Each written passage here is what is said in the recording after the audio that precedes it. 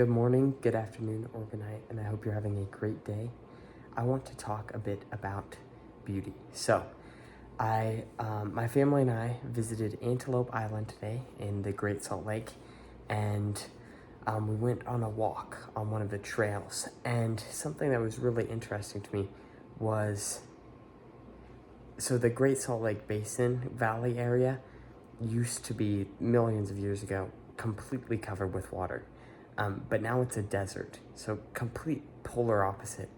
And a lot of the vegetation, the scenery in general was very deserty, dead or dying looking shrubs and tall grass and stuff like that.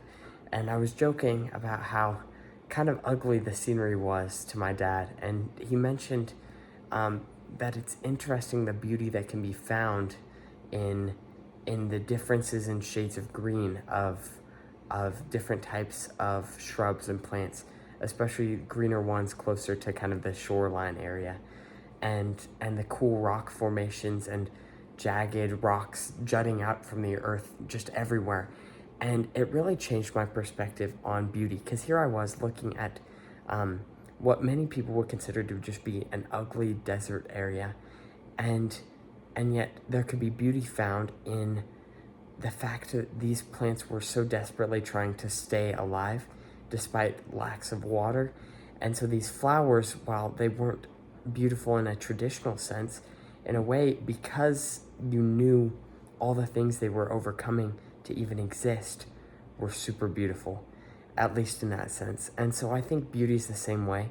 I think in our society, especially today, we really put an emphasis on the physical and exterior aspect of beauty, and even more specifically in specific aspects of physical beauty.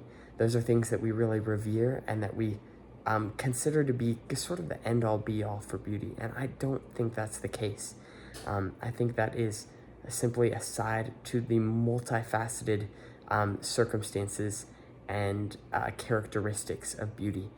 And so I think that beauty is something that it does not rely on outward appearance or specific aspects of outward appearance. I think every single human being has innate beauty to themselves.